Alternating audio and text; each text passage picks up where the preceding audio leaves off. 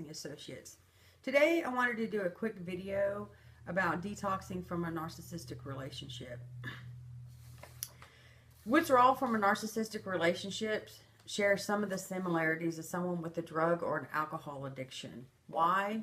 Because our bodies are accustomed to the heightened arousal that we experience during the relationship. Some signs of an addiction to say that you're addicted to that relationship are denial. You make excuses. You deny that the abuse is even happening. You have mood swings. You go from one extreme to the other with really no happy in between. You engage in self-destructive behaviors, which could be arranged from not taking care of your responsibilities at work, not taking care of responsibilities at home, like paying your bills or paying them on time. You have eating disorders, or you do things that purposely push people away so that they'll leave you first.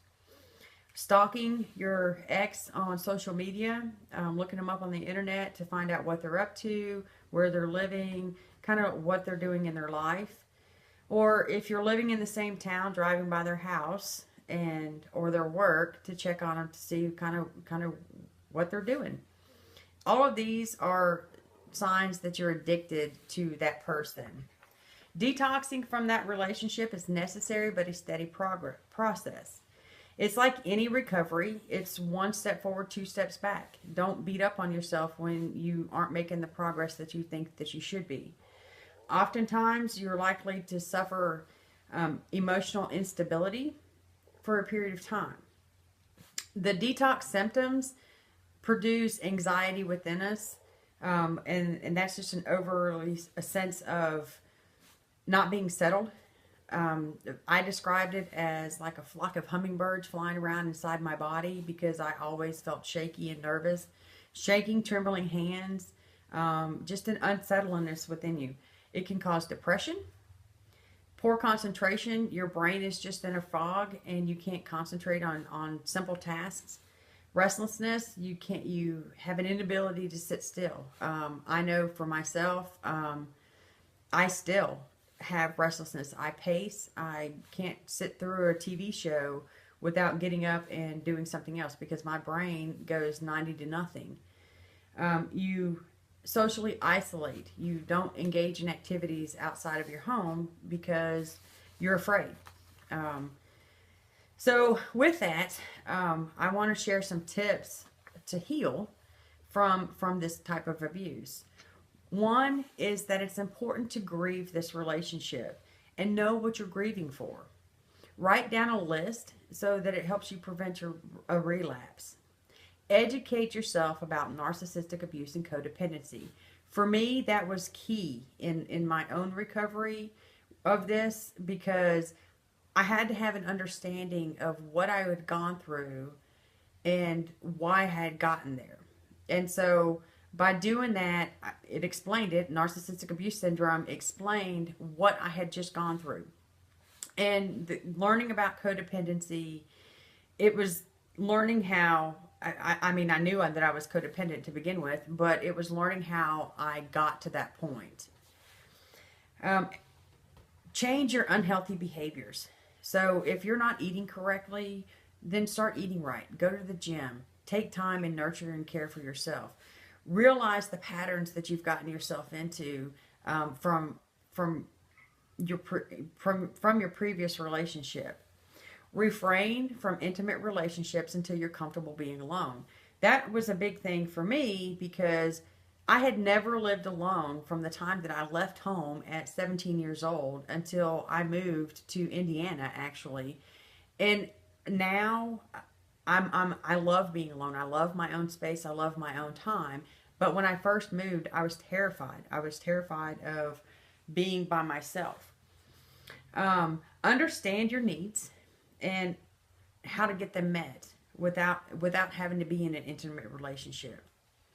The next thing is to invest in self-acceptance and emotional growth. So do things that are going to help you grow emotionally. You know, learning about your codependency, learning about narcissistic abuse, that helps you grow emotionally and gives you a grasp of what's going on. but also engage in other activities that help you grow emotionally and spiritually.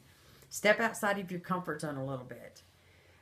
Force yourself to get new interest and social outlets. So like what I did when I first moved up here, I socially isolated for quite some time. And now, a matter of fact, tonight, I'm going bowling with a meetup group that I've made friends with.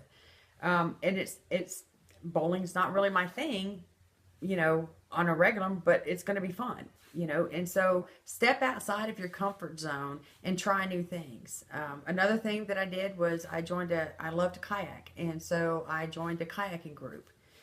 Allow yourself to be angry is the next thing. Pinning up the anger and realizing what you went through it's only toxic to yourself because you hold that in your body. And then you create tension, and it creates further stress, and it can cause weight gain. So allow yourself to be angry about what happened. Make a commitment to take care of yourself. Self-care, massages, getting enough sleep, eating properly, taking a long time when you really need it. Another thing is give yourself permission to cry. I have cried 1,000 tears. Or I know more than that. But what I'm saying is, when this all started, I would get mad at myself for crying. Because why am I grieving, or why am I crying over somebody that was so abusive and so hurtful to me? But it's part of the grieving process. So allow yourself to cry, and don't get mad at yourself for doing it.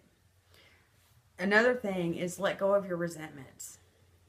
Resenting somebody is only harming you. Learn to trust yourself.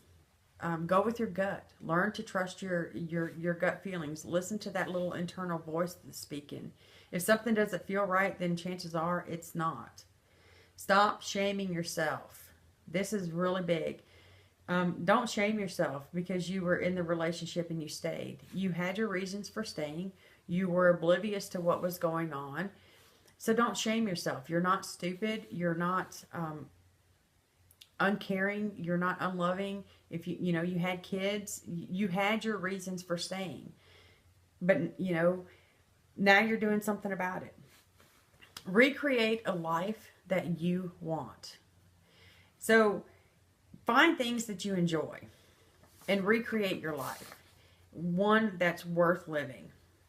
Go to therapy with somebody that understands narcissistic abuse. It's really pivotal.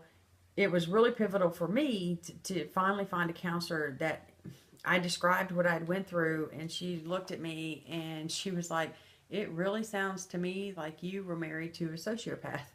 And when she said that, it seriously clicked for me. It was like, you're right, because what he did wasn't normal.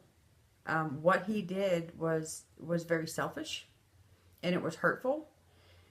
But the other part of that is realizing why I stayed in it for so long, and that's part of our healing process. Another thing is accept that you're never, ever, ever going to get an apology from the narcissist. The lack of closure, it can contribute to an obsessive thoughts about getting revenge. That's not healthy at all. Let it go, because you know that you're not going to get that. Identify your unhealthy patterns and work to change them. Over time, peace will become more important than the chaos. You'll learn to grab a hold of your power, and you won't be so willing to let it go.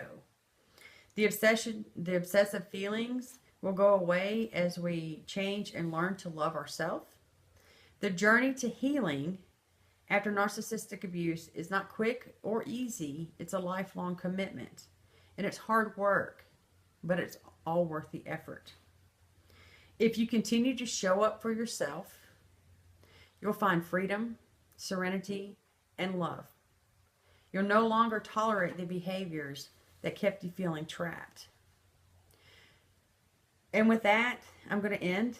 And I just want to encourage you that if you haven't subscribed to our channel, Family Tree Counseling, do so.